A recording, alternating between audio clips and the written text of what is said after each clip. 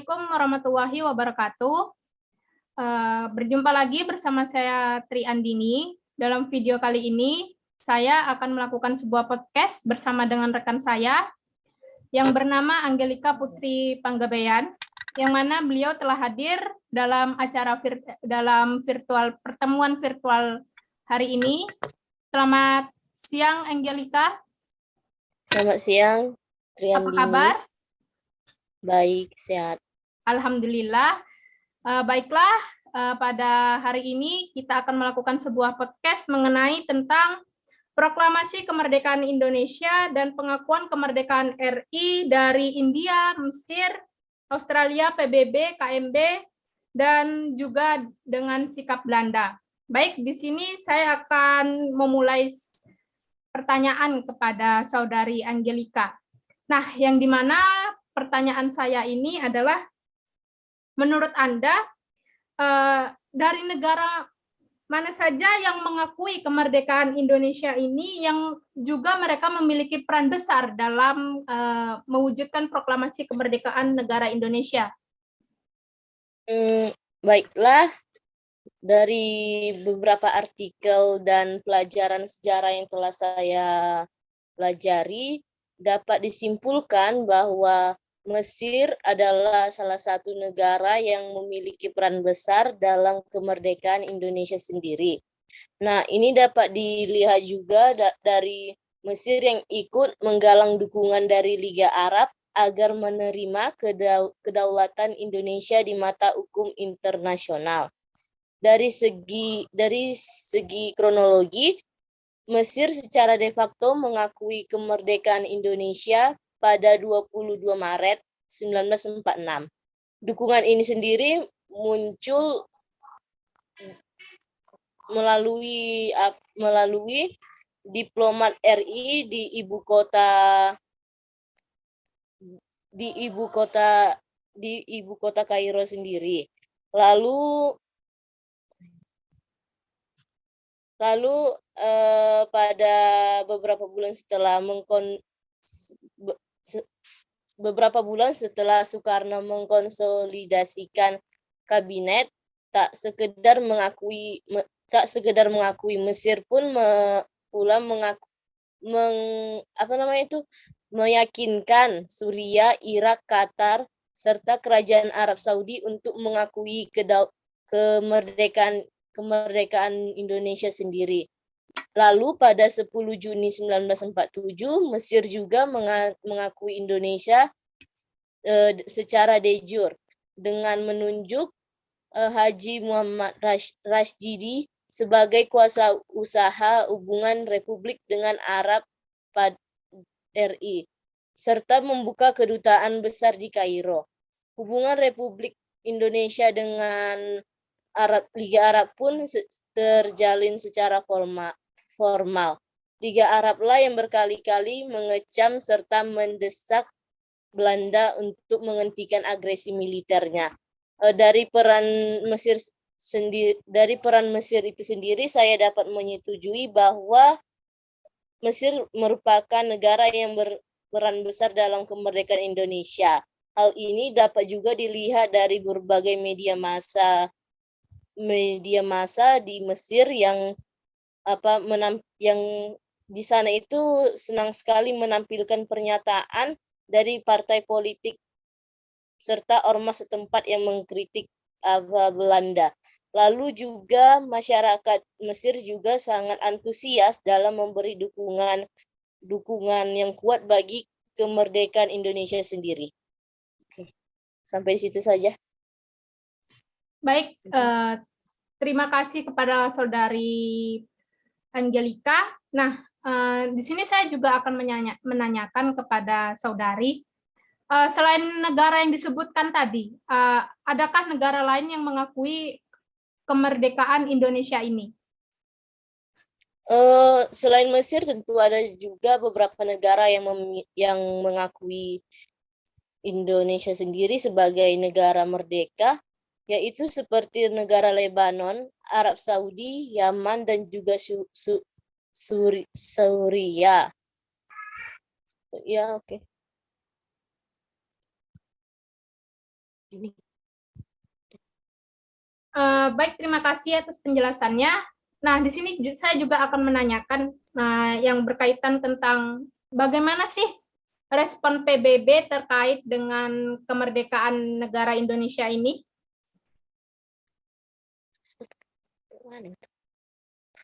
Respon PBB sendiri terhadap kemerdekaan Indonesia itu dapat dilihat, yaitu PBB menjadi mediator konflik antara Indonesia dan Belanda, yaitu dengan cara membentuk Komisi 3 Negara Indonesia yang untuk Indonesia sendiri.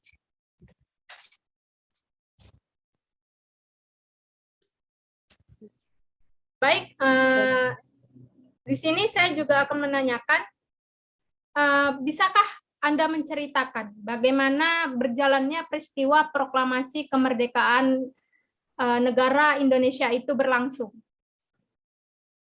Peristiwa proklamasi kemerdekaan Indonesia sendiri yaitu ditandainya dengan pembacaan teks proklamasi yang dilakukan oleh Insinyur Soekarno pada 17 Agustus 1945, yang dimana hal ini dilakukan di Rumah Laksana Maeda sendiri, yang dimana juga sebelum terjadinya peristiwa Jepang telah menyerah tanpa syarat pada sekutu akibat dibomnya kota Nagasaki dan Hiroshima. Pengeboman ini dilakukan oleh Amerika, yaitu sebagai rasa balas dendamnya kepada Jepang. Lalu hal ini juga yang menjadi suatu kesempatan emas bagi golongan muda untuk segera memproklamirkan kemerdekaan. Namun tidak begitu saja. Golongan tua yang dimana mereka beranggapan bahwa pembacaan teks proklamasi sendiri tidak dilakukan pada saat itu juga, yaitu mereka akhirnya mencuri Soekarno dan Hatta dan mengasingkannya ke Rengas Dengklok untuk menghindari pengaruh dari Jepang. Lalu keesokan harinya, para anggota golongan tua mencari Soekarno dan Hatta, dan salah satunya anggota yang tua yaitu Ahmad Subarjo mengetahui keberadaan Soekarno dan Hatta sendiri, dan mereka pun membawa Soekarno-Hatta ke Jakarta untuk segera mempersiapkan pembacaan teks proklamasi yang dilakukan pada tanggal 17 Agustus 1945 di Jalan Pegangsangan Timur, Jakarta. Nah, pertanyaan selanjutnya dari saya yaitu, menurut Anda, mengapa Soekarno dan Hatta ini dipilih sebagai presiden negara Indonesia, padahal mereka tidak dipilih secara pemilu atau secara dengan rakyat? Mengapa presiden tersebut langsung dipilih dan dijadikan sebagai presiden pertama di Indonesia? Alasannya itu sendiri yaitu karena Soekarno dan Hatta secara aklamasi ditetapkan oleh PPKI sebagai presiden dan wakil presiden, karena mereka itu memiliki jasa-jasa dan juga sifat kepemimpinan yang berguna untuk Indonesia sendiri. Lalu Soekarno dan Hatta juga menyampaikan banyak sekali gagasan dan untuk penyusunan negara untuk Indonesia yang ditetapkan hingga saat ini. Nah, lalu bagaimana dengan respon negara Belanda terkait dengan peristiwa kemerdekaan negara Indonesia ini? Bagaimana respon mereka, yang mana seperti yang diketahui mereka dahulunya pernah menjajah negara kita, negara Indonesia. Lalu bagaimana respon negara Belanda mendengar bahwa negara Indonesia ini telah merdeka? Respon Belanda terhadap kemerdekaan Indonesia itu sendiri, mereka tidak mengakui adanya kemerdekaan Indonesia.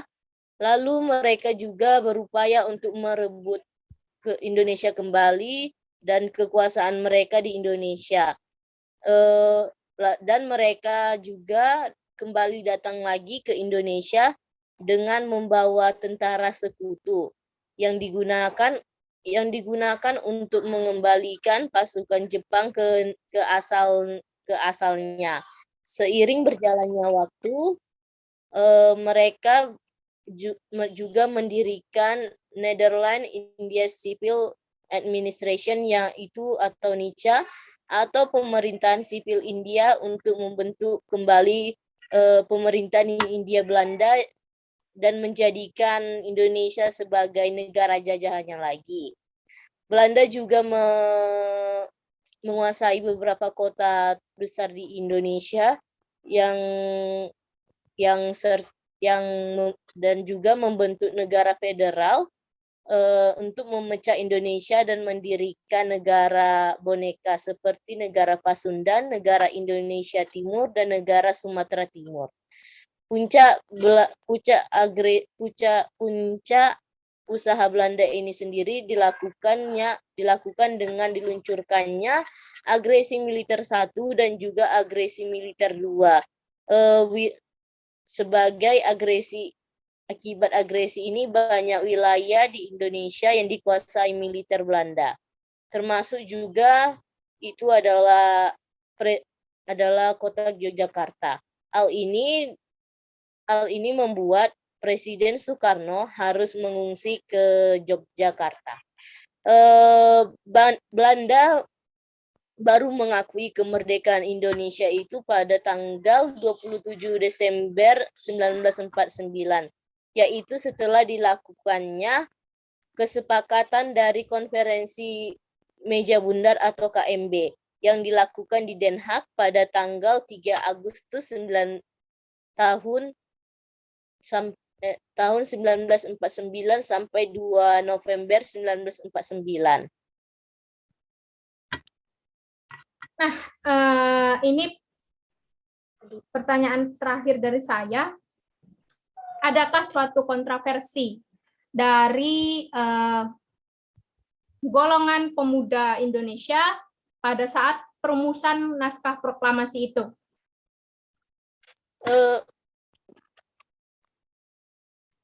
Kontroversi itu sendiri antara pemuda itu sebenarnya tidak ada, karena mereka sangat setuju dengan proklamasi Indonesia sendiri. Tetapi jika ditanya lagi tentang kontroversi itu sendiri terjadi pada golongan muda dan golongan tua, yang dimana golongan tua dan golongan muda ini memiliki perbedaan pendapat, yaitu tentang waktu untuk memproklamasikan kemerdekaan itu sendiri, yang dimana juga peristiwa ini mengakibatkan yaitu sebuah peristiwa Rengas Dengklok, yang dimana terjadinya penculikan Soekarno Hatta.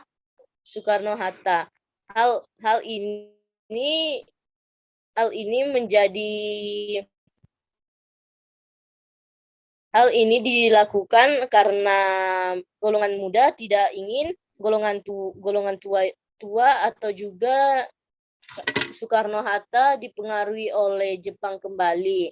Lalu akhir peristiwa ini yaitu dibawanya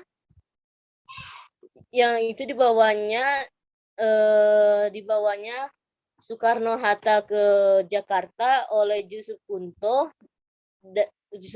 yang bersedia mengantarkan Ahmad Subarjo dan sekretarisnya untuk menjemput Insinyur Soekarno dan Hatta ke Rengas Dengklok. Ahmad Subarjo memberikan juga jaminan dengan taruhan nyawanya, yaitu bahwa proklamasi kemerdekaan Indonesia sendiri akan dilakukan pada tanggal 17 Agustus 1945.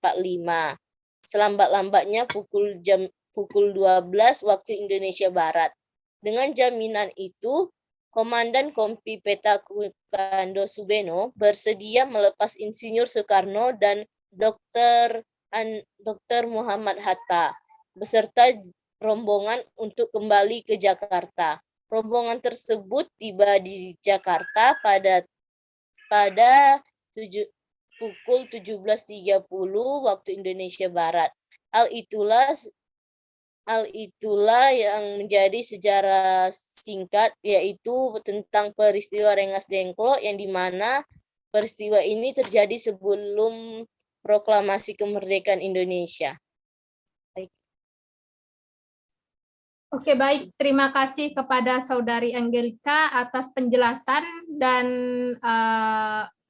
bersedia untuk meluangkan waktunya untuk menghadiri acara podcast hari ini. Mudah-mudahan apa yang Anda sampaikan tadi dapat memberikan menambah pengetahuan dan juga menambah wawasan bagi kita semua.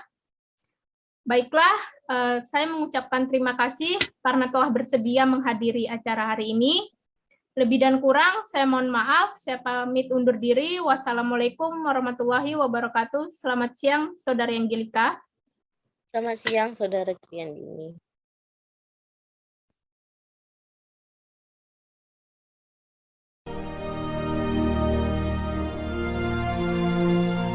Proklamasi. Kami, bangsa Indonesia, dengan ini menyatakan kemerdekaan Indonesia. Hal-hal yang mengenai pemindahan kekuasaan dan lain-lain diselenggarakan dengan cara saksama dan dalam tempo yang sesingkat-singkatnya. Jakarta, 17 Agustus 1945, atas nama bangsa Indonesia, Soekarno, Hatta.